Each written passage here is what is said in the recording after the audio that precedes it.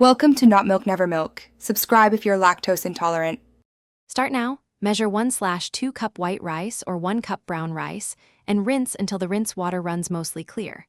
You want to remove dust and surface starch so the final product is pure.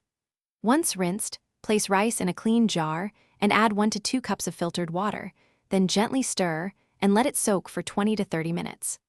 While it soaks, prepare a clean bowl and a fine sieve so you can strain the rice water immediately when ready.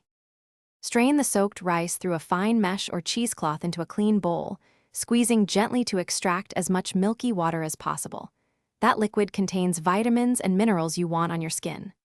Once done, choose whether to use it fresh or ferment it at room temperature for 12 to 24 hours to slightly acidify and boost beneficial compounds. Make sure to smell it. Pleasantly tangy is fine. Then transfer to an airtight container and refrigerate. Label with the date and use within 5 to 7 days. You'll apply rice water after cleansing. Pour a few drops on a cotton pad and sweep over face, or put in a spray bottle for light misting.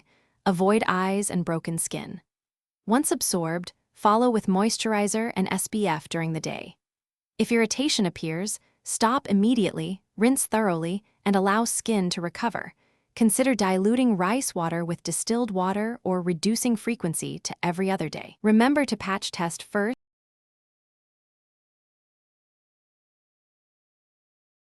Thanks for watching. If this was helpful, leave a like and consider subscribing. See you next time.